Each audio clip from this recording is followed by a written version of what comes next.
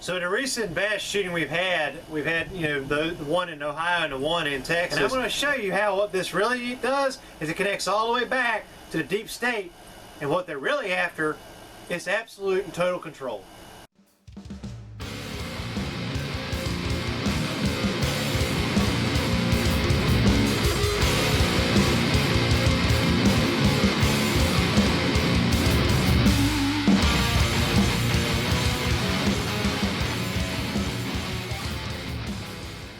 Hello, my name is Arthur and I'm the founder and primary instructor for Tackleberry Solutions. We teach wartime tactics to citizens for civil defense purposes. What I want to show you guys is what's really going on here, and in order to do that, I've kind of got to explain a few things. First, a direct action force. A direct action force, like what we teach here at Tackleberry Solutions, is a covert operations group, usually of only a handful of people, that go out and their main goal is to prevent war from ever taking place. It's to prevent battles from ever happening. This can be done through key assassinations or just eliminating assets that the enemy has. So, taking out armored vehicles, eliminating airports, taking out bombers, taking out this, taking out that, or straight up political assassinations. Snatch and grab operations that basically kidnap key guys that are trying to effectively hurt or damage people within your community. That's what a direct action does. And these guys ordinarily that are good at this are covert operations. Now, that leads me to what a covert operative is. A covert operative is someone that does a secretive operation that they don't necessarily care if it's known what happened, as long as nobody knows who did it or what agency was responsible for it, and they know nothing about it as it's taking place or before it takes place, only directly thereafter. A clandestine operation is something more like what the CIA does. What the CIA's job is to do is to go in and effectively do things in a manner that no one's ever able to put it all together. They're never able to fully understand what the real underlying factor was. Nobody really understands why this is happening, but everybody's too busy looking at this, when this hand over here is really what the actual goal was, and it comes in and sucker punches you. That's what a clandestine operation is, and everything about it is total, complete, and utter secrecy.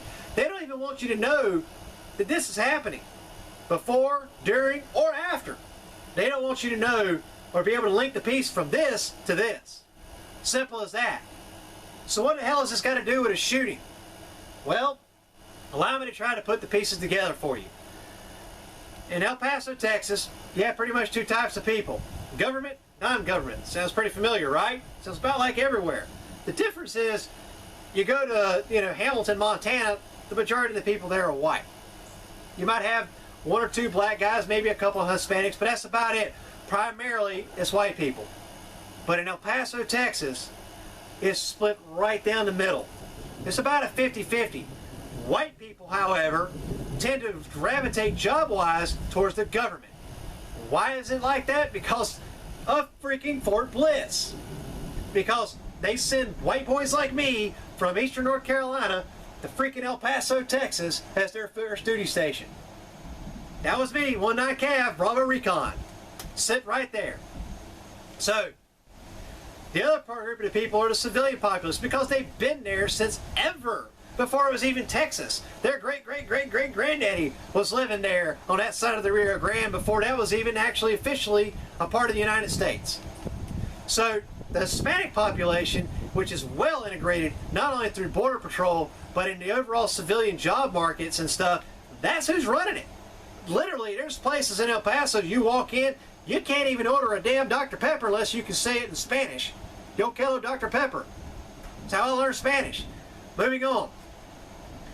The point I'm making is his goal was to incite tension between the government, the local government, and the civilian populace, because the local government is mostly comprised of white personnel that are prior military, current military, and or law enforcement personnel that are prior military or some kind of a government entity.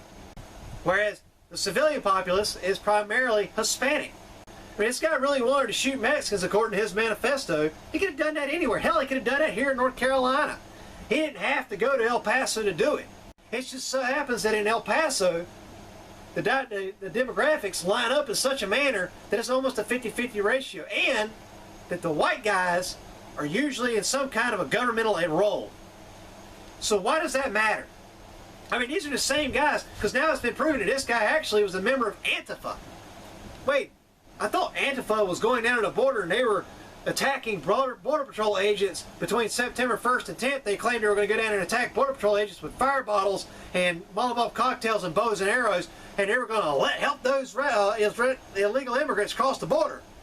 So why would an Antifa member want to kill Hispanics? Because he's working for a clandestine operative. He's definitely not a covert operative because he sucks in any form of secrecy. It took 2.5 seconds to figure out he was a member of Antifa. What he really is trying to do is he's been recruited by somebody who works for the deep state. I'll link that in a minute. But he works for a member of the deep state, a clandestine operative, somebody who's got them all riled up in real life. He was trying to start a freaking war between the government and the civilian populace. He just used race to make it happen. Now, why would we want to do that? Because let's jump back a few few months ago to another video I did talking about the possible coup. A coup is simply a violent overthrow of the government. And they do this by using three methods. They have to have three things. You cannot control the military, the news media, and the major flow of currency within inside of that country, you're done. In that video, I was talking about how the deep state wants to eliminate Trump and Pence, because if he can do that, they can take these two guys out. Who's that leave running the country? Nancy Pelosi. Well, we've known since the beginning of freaking time, because she's been around since freaking dinosaurs roamed the earth, that Nancy Pelosi was part of the damn deep state. She's like the freaking head of it. So obviously, she's wanting to take over. She's wanting to control. Well, why do we need... How does this link back to this idiot again? Well, let me explain it. Because when this coup happens, and it's going to happen, when they flip the old switch through cyber attacks, and the Russia did it, it's Trump's fault because he colluded with Russia, and the Mueller report proved it. Okay, let's talk about that for a second. The Mueller report didn't prove anything. As a matter of fact, it proved there was no collusion. Furthermore, Mueller himself got it testified, and that all went to hell. So now, the Demons are going out and going, gosh, we don't have any way to impeach Trump. Ah! Meanwhile, Nancy Pelosi this whole time has been saying, I told you, impeachment's not it. It's not the answer. I've got something else in the works. That's what she literally said. She said it on to a talk show host. She said, no, we can't impeach Trump at this time. And then we have and you hear the whole crowd, boo! And she goes, no, don't worry about it. We got other things in the works. Well, what the hell do you think that means? What's left? A coup. That's what's left. And that's exactly what she's trying to do. But again, what does this have to do with the Antifa idiots shooting up El Paso? If the governing agencies there are too busy trying to squish a rebellion or squish a freaking race war, what do you think they're going to do? They're going to call the governor and be like, we need the National Guard. And this crap's going to start popping off everywhere, because the second they do that, militias are going to be like, oh, heck no, you just violated Paso Comitatus, son. Can't do that.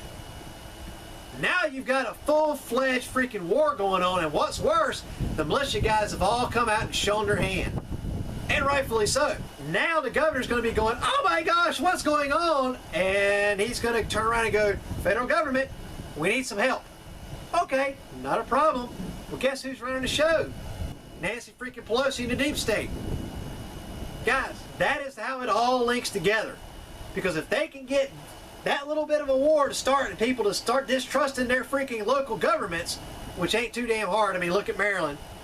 If they can get that to start happening and actual shots to start being fired, and what better than to flip a switch on the power grid? When that grid comes back on, it's, oh, Russia hacked us, and Trump, he did it. He was in a cahoots with them. That's why we had to take over. We had no choice but to effect this coup. Trying to justify it. Governments are governments, man. They're going to align together. It's just the way it is. People that are in government, they tend to believe the solution is more government. That's the way it is. Stop looking at this hand over here going, oh my goodness, this freaking idiot just shot. Yeah, I know, he just shot up a bunch of people. He's a freaking idiot. But that's not what's really going on. That's what everybody wants you to see, and that's what they want you to focus on. Look at this hand over here dancing, when this is what the real objective is. This is the real goal. This whole thing is a clandestine operation to put Nancy Pelosi in the freaking White House and have the deep state control the freaking country and have total and absolute control through dictatorship. That's the real goal. So it's time for you to wake up, get up off your ass and start training now. Because whether you decide you want to be a direct action force guy that goes out and starts trying to freaking, make this happen and take the fight to the enemy, or you just simply want to defend your community, you just simply want to protect what's yours, either one of those, you're going to need to be trained. You're going to need to know what the hell you're doing. And just simply having a gun ain't going to cut it. You got to be able to think outside the box, improvise, adapt, and overcome, and foresee the weak spots and freaking make that so that it's now a strong spot. You have to be able to prepare yourself in such a manner that you can take on a mass invasion. And the only way you're going to do that is if you work together as a team. Simple as that. The lone wolf mentality, guys, it doesn't last. It doesn't work. You don't take my word for it. Look at the Bosnian War. He actually survived the Bosnian War, and he specifically talked about the lone wolf. 4 times that I remember he mentioned that in the article, and every time he's like, that's a bad idea. Watch guys die all the time because of that. Guys, you have to sleep sometime. You have to eat. You have to poop. You have to pee. You have to do all those things. It's not a choice. And that's when you get hit. All right. Thank you very much for watching, and y'all have a great day.